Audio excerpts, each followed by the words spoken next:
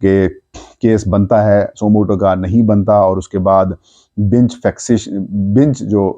بنایا جاتا ہے بینچ، وہ اس کی بھی تشکیل کے حوالے سے بات کی گئی، اور جو دیگر امور ہیں اس کے اوپر بھی بات کی گئی، اور ساتھ میں جو سب سے اہم اور جو باریک واردات ڈالی گئی وہ یہ ڈالی گئی ریویو والی، ریویو کے ساتھ اپیل، رائٹ آف اپیل جو ہے وہ دیا گیا اس قانون سازی کے ذریعے۔ اس کا مقصد جو ہے وہ باریک واردات کا مقصد یہ ہے کہ سابق وزیر اعظم نواز شریف،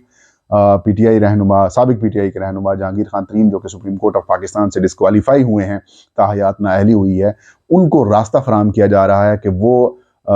جب ظاہر ہے جب ان کی مرضی یا پھر ان کی ہم آہنگی والے جو وہ ججز آئیں گے سپریم کورٹ کے اندر، وہ اپیل کریں گے، تو اپیل کا ایک پورا پروسیجر، ریویو اور اپیل میں فرق یہ ہے کہ ریویو اگر پٹیشن ہوتی ہے 184(3) کے تحت، تو وہی جو بینچ ہے وہی سنے گا، اور وہ اس کو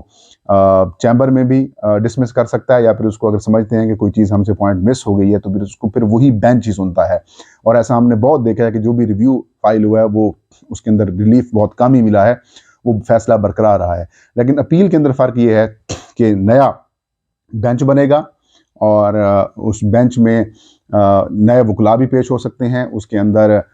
دوبارہ سے پھر ہیرنگ ہوگی۔ تو یہ بنیادی فرق ہے کہ ریویو وہی بینچ سنے گا، وہی وکلا سنیں گے، اور اس کا کوئی ٹائم فریم نہیں ہے، اور جو اپیل ہے، اپیل کے اندر ایک نیا بینچ تشکیل دیا جاتا ہے، اور ایک زیرو سے پھر نئی پروسیڈنگ شروع کی جائیں گی۔ تو اس اپیل والا حصہ ڈال کر انہوں نے نواز شریف اور جو جہانگیر ترین اور جو کئی اور جو دیگر لوگ ہیں جو تاحیات نااہل ہو چکے ہیں، ان کو راستہ فراہم کرنے کی کوشش کی گئی ہے۔ اور اس کے اوپر جو آج قانون سازی ہوئی ہے، اس کے اوپر وکلا کا یکساں موقف ہے، وہ یہ ہے کہ جو سو موٹو کا اختیار ہے اس کے اوپر لیجسلیشن ہونی چاہیے، اور اس کے اندر جو پروسیجر ہیں یا جو رولز ہیں، وہ آئین کا آرٹیکل 191 کہتا ہے کہ وہ سپریم کورٹ خود اس کو طے کرے گی، پارلیمان اس کو طے نہیں کر سکتا، لیکن سبجیکٹ ٹو لا کہا گیا ہے، یعنی کہ ایکٹ کا کہا گیا ہے۔ ایکٹ میں آپ ایسی چیزیں لا سکتے ہیں جو آئین کے مطابق ہوں، آئین کے برخلاف نہ ہوں۔ ظاہر ہے اگر پارلیمان جو ہے وہ پہلے تو آئین سازی کرتی ہے، آئین بنانے کے لیے آپ کو 2/3 چاہیے، 2/3 میجارٹی چاہیے، آئین میں ترمیم لانے کے لیے بھی 2/3 میجارٹی چاہیے، لیکن قانون یا ایکٹ یا بل کی شکل میں اگر آپ پیش کرتے ہیں تو اس کے لیے آپ کو سمپل میجارٹی چاہیے۔ سمپل میجارٹی تو اس کے پاس، ان کے پاس، گورنمنٹ کے پاس سینٹ میں بھی اور قومی اسمبلی میں بھی ہے، وہ بآسانی بنا سکتے ہیں۔ لیکن یہ بات واضح طور پر ہوتی ہے کہ اگر کوئی آئینی ترمیم کی جاتی ہے یا ایکٹ لایا جاتا ہے تو وہ آئین کے مطابق ہو، اور اگر کوئی ایکٹ آئین کے خلاف ہے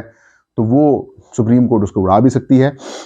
اور وہ نافذ العمل بھی نہیں ہوتا۔ لیکن کچھ وکلاء کی رائے ہے کہ جو اس کے اندر اپیل والا معاملہ ڈالا گیا ہے، ریویو اور پھر اپیل کو مکس کیا گیا ہے، اس کے اوپر اپیل کا رائٹ دیا گیا ہے، یہ آئین کے خلاف ہے۔ اور جو 184/3 کو جو انہوں نے ایک 3 ججز کے ساتھ منسلک کر دیا ہے، تو اس سے وہ کہتے ہیں کہ یہ غیر آئینی ہے، اور اس معاملے کے اوپر جو ہے وہ سپریم کورٹ آف پاکستان شاید اپنا ری ایکشن دے۔ اس کے اوپر وکلاء تقسیم ہیں، اور وہ کہتے ہیں کہ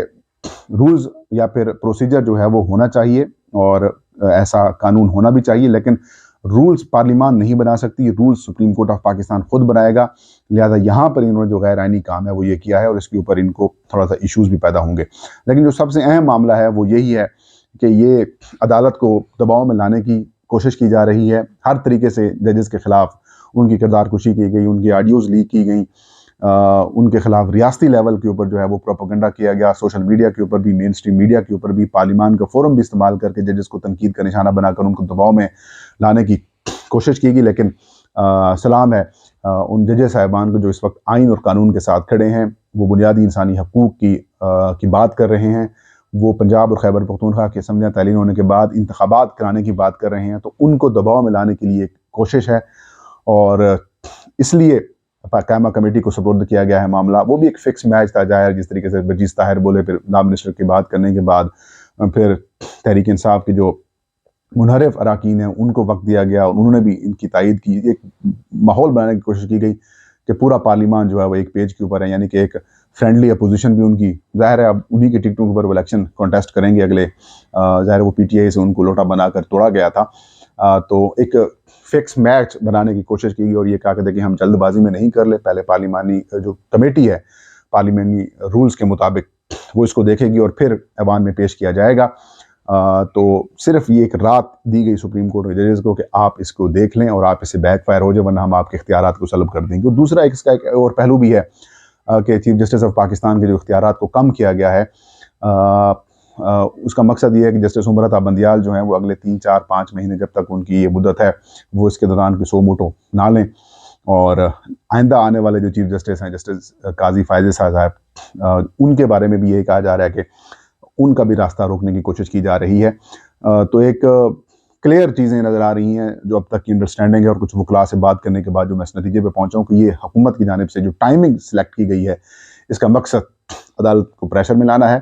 اور مقصد الیکشن سے بھاگنا ہے، الیکشن نہ کروانا پڑے، پاکستان میں غیر آئینی غیر قانونی طور پر یہ جو کام چل رہے ہیں اس وقت وہ چلتے رہیں، اور 2 پاکستان کے بڑے صوبے پنجاب اور خیبر پختونخوا کی جو اسمبلیاں ہیں وہ بغیر عوامی نمائندوں کے وہاں پر حکومت گورننس ہوتی رہے، اور ان الیکٹڈ جو لوگ ہیں وہ اس طریقے سے رول کرتے رہیں۔ تو یہ ایک مقاصد نظر آ رہے ہیں آج کی اس قانون سازی کے پیچھے، اور جو باریک واردات ہے وہ میں نے آپ کے ساتھ شیئر کر دی ہے کہ کس طریقے سے کچھ نااہلوں کو اہل بنانے کی کوشش کرائی جا رہی ہے۔ یہ تھا آج کا ویلاگ،